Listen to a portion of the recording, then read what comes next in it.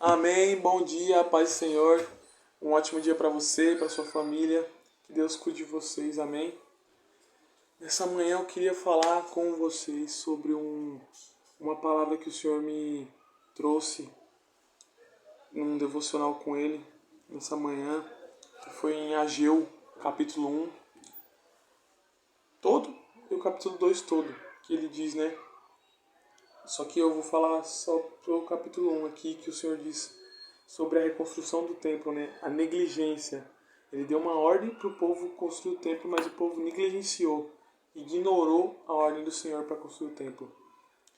Ele diz que no tempo do rei Dário, no, no ano que o rei Dário era rei, né, que ele governava tudo, a palavra do Senhor veio sobre Ageu. O que Ageu recebeu do Senhor para entregar para o povo? Ageu recebeu: assim fala o Senhor dos Exércitos, dizendo: este povo diz, não veio ainda o tempo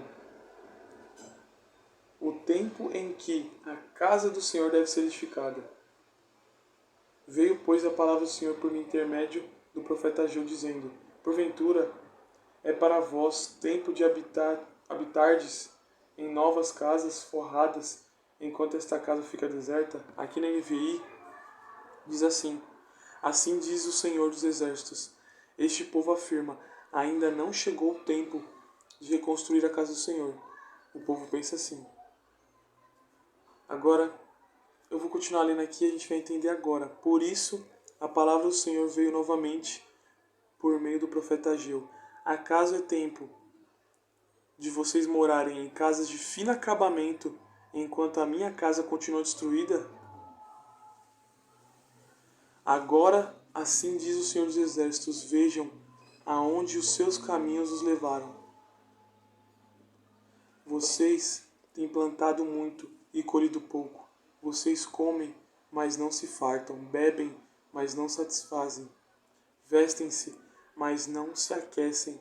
Aquele que recebe salário, recebe-o para colocá-lo numa bolsa furada. Assim diz o Senhor dos Exércitos: vejam onde os seus caminhos os levaram. Ai, eita glória! Vamos pro 10 agora. Por isso, por causa de vocês, o céu reteve o orvalho e a terra deixou de dar seu fruto. Eita misericórdia! Olha o que o Senhor tem dito ao povo. Ele diz para toda a nação de Israel: vocês têm edificado casa para vocês, mas têm se esquecido da casa para mim. Aonde você tem colocado seu coração hoje? Quando o Senhor diz para que a gente traga todo, lá em Malaquias 3:10, para a gente trazer todo o tesouro à casa do Senhor, para que na casa dele haja alimento. Ele também diz para que a gente, na palavra dele, para que a gente coloque o coração na onde? No Senhor, para a gente guardar o coração, porque dele depende toda a nossa vida, certo? Se a gente traz o tesouro, o que é importante para você hoje? Seus sentimentos são importantes? Seu espiritual é importante? Sua saúde é importante? Aonde você tem colocado esses tesouros seus? Aonde você tem depositado isso? No mundo ou em Deus? Porque o Espírito Santo, ele revela na palavra que nós somos templo e morada dele. E ele também diz que o exercício físico é de pouco proveito, mas a piedade é muito proveitosa. Mas ele diz é de pouco proveito. Mas ele não negligencia isso, ele diz que é pouco proveito. Tanto que lá em Timóteo, ele também, Paulo dá uma recomendação a Timóteo. Ele fala para que a gente se aparte do vinho, mas como o vinho também naquela época era usado como um medicamento estomacal, né, para curar enfermidades do estômago. Quando estava com dor no estômago, eles tomavam vinho, porque a fermentação do vinho, o álcool do vinho ajudava na digestão. Então eles tomavam vinho, ele fala para Timóteo tomar um pouco de vinho por causa das dores que ele tem no estômago, certo? Por que ele fala isso? Porque o Espírito Santo também cuida do nosso corpo. E ele diz que nós somos um templo morado do Espírito Santo, então ele também cuida da nossa alma. E lá em Salmos, praticamente todos os Salmos, ele nos revela que a nossa alma sofre de dores que se contorcem. Mas onde a gente tem depositado nossa alma? Onde a gente tem depositado nossa saúde? Onde a gente tem depositado nossa espiritualidade? Ageu fala que o povo disse, lá na palavra diz que o povo falou que ainda não é tempo de construir casa para o Senhor. Muitas pessoas, quando se chamam elas para a igreja, elas falam assim: ah, não vou agora não.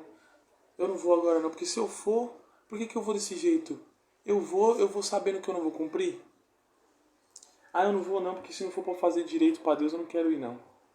Ah, eu não vou porque Deus conhece meu coração. Eu não preciso estar na igreja para estar em Deus. Mas se Jesus fala que Ele é o cabeça da igreja, e a igreja é o corpo, como fora do corpo você vai fazer parte de Cristo Jesus? Como você vai estar junto com Ele se você não está no corpo dele? Não tem como você estar fora da igreja e estando com Deus. Não tem como. Ou você está dentro da igreja com Deus, ou você não está com Deus. Porque tem gente que está dentro da igreja e está sem Deus. Mas é um conjunto. Você está com Deus na igreja. Você pode estar na igreja sem Deus e pode estar em casa com Deus sem a igreja. Isso é incompleto. Os dois é incompleto. Tem que estar na igreja com Deus. Os dois juntos. Assim também o Senhor diz assim ao povo, na palavra de Ageu: está na hora de vocês morar em casa boa, se acomodar. Peraí, não está na hora de você pegar minha palavra, de anunciar liberdade aos cativos, de anunciar a esperança da salvação, o arrependimento. Não está na hora de você fazer essas coisas que eu te pedi, mas está na hora de você buscar um carro que você quer, buscar uma casa que você diz que merece, buscar um emprego que você fala que você é merecedor, que você buscou, você estudou por isso, buscar uma faculdade que você fala que é o seu sonho, buscar uma família. Está na hora de você buscar os seus sonhos, mas os meus não? Peraí, eu tenho que realizar os seus sonhos primeiro para que os meus sejam realizados? É isso que Deus diz aqui em Ageu. Primeiro, vocês têm que edificar a casa para vocês para depois eu morar? Peraí. Não é a hora de você edificar casa para mim primeiro? Porque o Senhor diz que nós somos o templo e morada do Espírito Santo. O Senhor está dizendo aqui: por isso a palavra do Senhor veio novamente ao profeta Ageu. Acaso é tempo de vocês morarem em casas de fino acabamento enquanto a minha casa continua destruída? Vocês estão com a alma perdida. Mas ainda assim, é hora de vocês receber bênção e não de se salvar. Está na hora de você preparar o seu psicológico para você ser o seu melhor investimento, que é o muito que os cultos falam hoje. O Senhor revela aqui para nós que ou a gente está edificando uma casa para Ele em nós, ou a gente está edificando uma casa para nós mesmos. O que você tem feito na sua vida é para o seu próprio benefício ou para o benefício do Senhor? Para em prol do reino? O que você tem feito hoje? Você tem entregue sua vida para Jesus? O seu tempo livre você tem entregue para Deus ou para si mesmo? Ah, eu vou para academia para ficar saudável, porque o Espírito Santo falou que eu sou templo e morada do Espírito Santo. A piedade é muito proveitosa, ele fala. O exercício físico é de pouco proveito, mas a piedade é muito proveitosa. Ele não negligencia a sua saúde, mas ele diz que a piedade é muito mais proveitosa do que isso. Porque na piedade, por meio da palavra, o Espírito Santo te conduz a ter uma vida saudável também. Porque você é templo e morada do Espírito Santo, você é casa do Espírito Santo. Ele não vai deixar com que você negligencie a sua vida saudável, sua vida de saúde. Não, pelo contrário, ele vai te dar direções de como você seguir uma vida saudável e correta, estando com ele. Porque Deus, ele é Deus de tudo, ele não é Deus pela metade, ele é Deus de tudo. Se você é templo e morada do Espírito Santo, quando ele fala lá em Êxodo sobre a construção do templo, ele fala de cada lugar do templo, desde o pátio central até a parte do Santo dos Santos. Ele fala do pátio inicial da entrada do templo. Ele fala da bacia que é para lavar as mãos. Ele fala da aspersão do sangue. Ele fala da entrada para a preparação lá no templo, no salão central, para se preparar para entrar no Santo dos Santos. Do local onde os sacerdotes trocam de vestes do altar onde se entrega a oferta do Senhor. Então ele conhece cada parte do seu interior. E é em cada parte do seu interior que ele deseja habitar. Porque ele não habitou no templo pela metade. O que você tem feito hoje? Você tem edificado para a sua própria vida? Ou para a palavra de Deus? Ou para o reino dos céus? Porque buscar em primeiro lugar o reino dos céus e a sua justiça, e as demais coisas serão acrescentadas. Mas tem um porém. Não busque o reino dos céus pelas demais coisas que serão acrescentadas. Mas busque o reino dos céus crendo em Deus, tendo os olhos fitos no autor e consumador da fé, da nossa fé, Jesus Cristo. Deixando as coisas que ficaram para trás, pois eis que surgirão coisas novas. Sabe o que o Senhor diz aqui também na palavra? Que os céus reteram o seu orvalho. O que é um orvalho?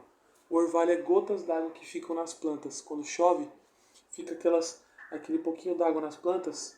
O orvalho são aquelas gotas que começam a cair sobre a terra. E gota por gota a terra vai sendo hidratada. E ela nunca vai deixando de ter água. Porque quando chove, por mais que pareça que está tudo seco, se bate um vento, cai gotas d'água. Pode perceber, pode chover, fica debaixo de uma árvore depois de uma chuva, aí o sol vai abrir. Se bater um vento, vai ter água que vai cair em você ainda, porque ficou água, ficou gotejos de chuva naquelas plantas. Então aquilo é o orvalho que cai sobre a terra. Quando você pensa que não está vindo, está vindo. Mas é que tá, os céus reteve o orvalho sobre o povo de Israel, porque eles preferiram edificar casas para si mesmos do que edificar o templo do Senhor.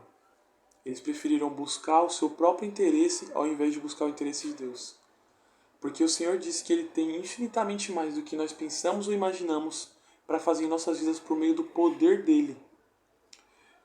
Por meio do poder dEle, observa isso, por meio do poder dEle. É por meio do poder dEle que Ele pode fazer todas as coisas. Dele, porque dele e por Ele e para Ele são todas as coisas. Então, por que o povo de Israel estava focando em construir suas próprias casas? Porque eles estavam com o pensamento em si mesmos e não em Deus. Eles estavam com o pensamento em seu próprio bem-estar. Eles buscavam a Deus pelo seu bem-estar. Mas Deus não é um Deus que veio para dar bem-estar para a gente. Se não fosse assim, Paulo viveu a vida inteira dele errado. Porque cristão fala, eu mereço receber do melhor dessa terra. Mas Paulo disse, eu sei o que é ter muito, sei o que é ter pouco. Eu sei o que é passar necessidade, eu sei o que é sofrer. Eu tudo posso naquele que me fortalece. Por quê? Porque ele reconheceu que tudo que tem nesse mundo aqui é perecível. João fala, lá em João 2, 1 João 2, 15, 16, 17, que as coisas desse mundo não são as mesmas coisas de Deus. Que a cobiça da carne, a cobiça dos olhos, a ostentação de bens não provém do Pai, mas do mundo. O mundo e a sua cobiça passam, mas aquele que faz a vontade de Deus permanece para sempre. Por quê? Porque o orvalho do céu só se retém para aquele que foca em si mesmo. Mas o orvalho do céu se derrama sobre aquele que foca no reino de Deus. Porque quando o Senhor Jesus é o centro, verdadeiramente o centro na sua vida, quando Ele é a prioridade em tudo que você faz, aí sim a sua vida flui. Não flui para o seu próprio bem-estar, mas flui para o seu bem, para a sua vida. Porque o arrependimento, a tristeza em Deus, vamos construir aqui, a tristeza em Deus, ela gera salvação. Por quê? Porque a tristeza em Deus gera vida, mas no mundo ela gera morte e destruição. Porque a tristeza em Deus, ela gera arrependimento. No mundo não, ela gera depressão, ansiedade, angústia. Entende? Ela gera um monte de sentimento ruim, gera até câncer, suicídio, automutilação. Mas em Deus, a tristeza que o Espírito Santo produz em nós, ela gera vida. Então, Deus, ele é um Deus de transformação, porque por meio de uma transformação, quando um odre velho recebe vinho novo, ele estoura, porque ele não suporta. Então, ele tem que se renovar para que num odre novo seja derramado um vinho novo. Mas por que o povo focou em construir próprias casas? Porque eles pensaram primeiro em neles, depois em Deus. Eles pensaram, vamos buscar Deus para que nós estejamos bem. Para que, estando bem, a gente possa buscar Deus. Não. Deus fala para a gente buscar Ele mal. Porque Ele não foi buscar o cego depois que ele já estava vendo. Ele não foi até Maria depois que ela já tinha sido liberta dos demônios. Não. Maria chegou até Ele com 7 demônios e Ele os libertou. O cego de Jericó gritou, filho de Davi. O cego Bartimeu, na verdade, perdão. Ele gritou, filho de Davi, tem de misericórdia de mim. Ele buscou do jeito que ele estava. Ele foi com a enfermidade que ele estava. Maria estava com 7 demônios, ela foi. Jesus veio e curou. Ele não pede para você vir bom. Ele não quer melhorar a sua vida para você buscar Ele. Ele quer que você busque a Ele e Ele permita que Ele possa mudar a sua vida. Tem gente que está focando em Deus, mas para o seu próprio bem-estar, não no reino dos céus. Está focando em construir casas próprias e Deus fala para nós hoje: é hora de você construir um bem próprio para você, mas para mim não? E a palavra que eu pedi para você anunciar, você está pregando? O evangelho da paz, você está pregando? O arrependimento, você está pregando? A esperança do reino de Deus, você está pregando? O amor de Cristo, você está pregando? A justiça do Senhor, você está pregando? Eu peço para você pregar a justiça, não para você julgar, porque eu desejo mais misericórdia do que sacrifícios. O Senhor diz, da própria boca de Jesus ele diz: desejo misericórdia e não sacrifício. Mais do que sacrifício. Ele não negligencia o sacrifício, mas ele prefere misericórdia. Porque sem misericórdia, o Senhor diz: aos misericordiosos receberão misericórdia. Na hora das bem-aventuranças, os que choram serão consolados.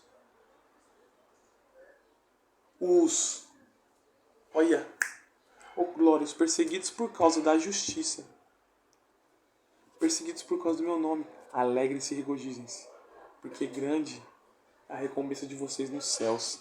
Aleluia, glória a Deus. Olha isso, o orvalho se reteve porque eles não focaram no Senhor, eles focaram em si próprios. Onde você tem focado a sua vida hoje? No que você tem focado em si próprio ou em Deus? Você tem procurado se edificar mais para o Senhor ou se edificar mais para si mesmo? Você tem procurado o seu bem-estar para você ou você tem buscado se edificar, ser o melhor para Deus e não para você? Quando os coaches falam, seja o melhor para você mesmo. Você é o seu melhor investimento. Se ame mais, se deseje mais, foque mais em você. Isso aí, é mentalidade humana. O Senhor nunca fala isso na palavra dele. Pode pegar a palavra e analisar. Quando ele fala para você focar mais em você, ele fala, foque em mim, foque em mim. Sabe por quê? Porque quando você focar nele, você já está focando em você. Porque a vontade dele é para com você. A vontade dele é para com você. Sabe por quê? Porque em Jeremias ele diz, sou eu que tenho planos para você. Ha! Oh glória! Eu tenho planos de prosperar. Eu tenho planos de paz e não de destruição sobre a sua vida. O Senhor diz que Ele tem planos sobre nós. Planos de prosperar, planos de trazer graça. Aqui, em Jeremias 29:11, ele diz: porque sou eu que conheço os planos que tenho para vocês,